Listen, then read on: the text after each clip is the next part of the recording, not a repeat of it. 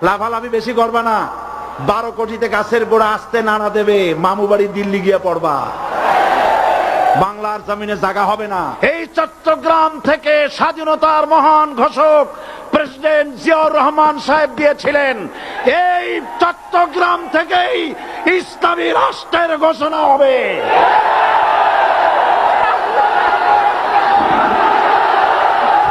আমাকে যারা রাজাকার বলবে তারা পিতৃ পরিচয়হীন অবৈধ সন্তান।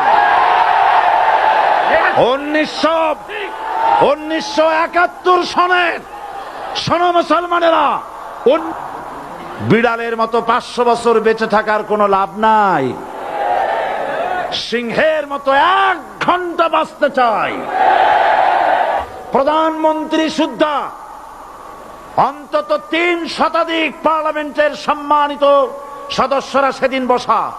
1997 সনের বাজেট বক্তৃতা যখন আমি করতেছিলাম, ডক্টর কুদরতে খোদা, নাম রাখছে কুদরতে খোদা, আসলে গজবে খোদা। এ লোকটি নাস্তিক, ইসলামের চূড়ান্ত দুশমন। তার প্রণীত শিক্ষা ব্যবস্থার যখন সমালোচনা করছিলাম, ট্রেজারি বেঞ্চ থেকে আমাকে বলা হলো রাজাকার। আমি আমার সমস্ত শক্তি একত্রিত করে বলেছিলাম, শুধুমাত্র হিন্দুস্তানের রাজাকারেরাই আমাকে রাজাকার বলতে পারে।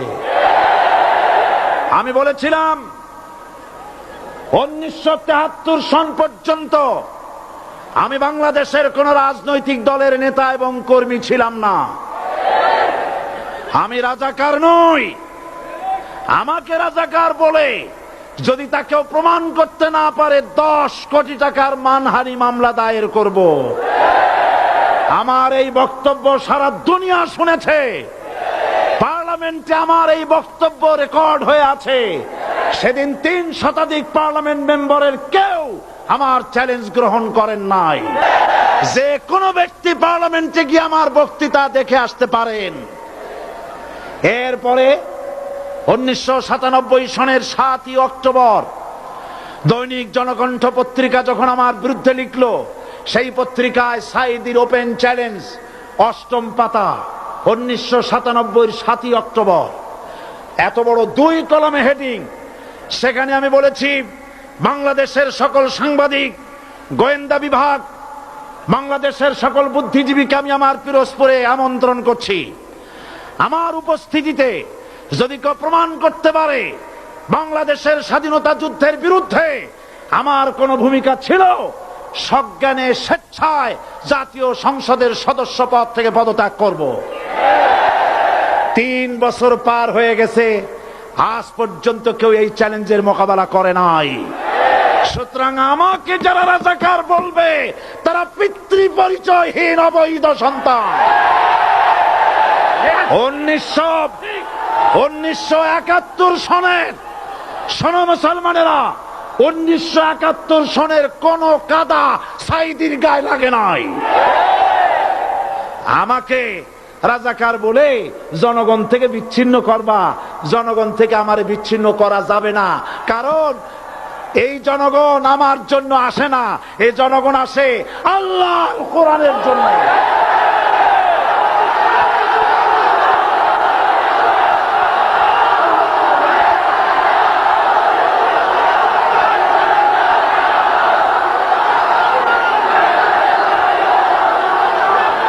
আজকে আর যারা ইসলামের কথা বলে, তারাই রাজাকার, তারাই মৌলবাদী। মৌলবাদী বললে আমরা অসন্তুষ্ট হই না, কারণ মৌলবাদী শব্দটা আসছে মূল থেকে। মৌল শব্দ এসেছে মূল থেকে।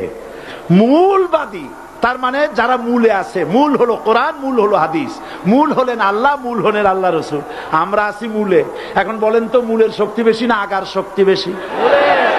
আমাদের যারা মৌলবাদী বলে ওরা হলো আগাবাদী। মূলে আছে কত কোটি? 12 কোটি। মূলে আছে কত কোটি? আর আমাদের যারা মৌলবাদী বলে, ওই থাকো গাছের আগায়, আমরা মূলে।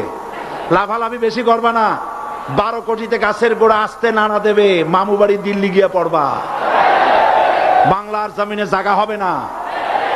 এ কথা বিশ্বাস করো। বাংলাদেশের মুসলমানদের শরীরে এক বিন্দু রক্ত থাকতে শয়তানের তৈরি করা ধর্ম নিরপেক্ষ মতবাদ বাংলার জমিনে কায়েম হতে দেওয়া হবে না, হবে না।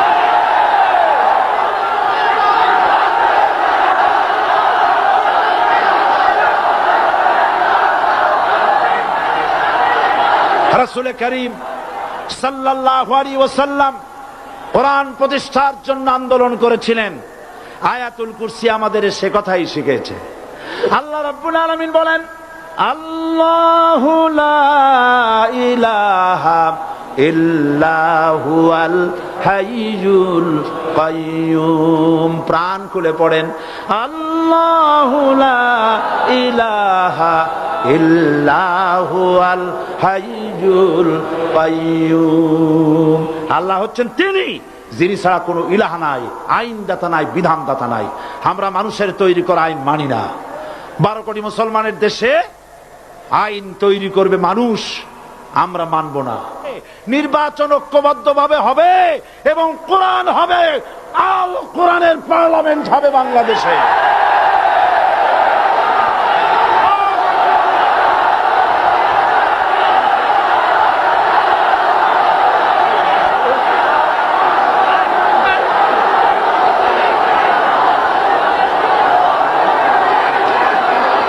চট্টগ্রাম থেকে স্বাধীনতার মহান ঘোষক প্রেসিডেন্ট জিয়াউর রহমান সাহেব দিয়েছিলেন।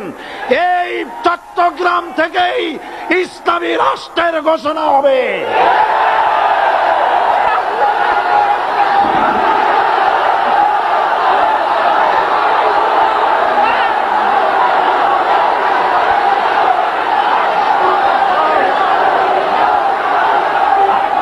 আমি আশাবাদী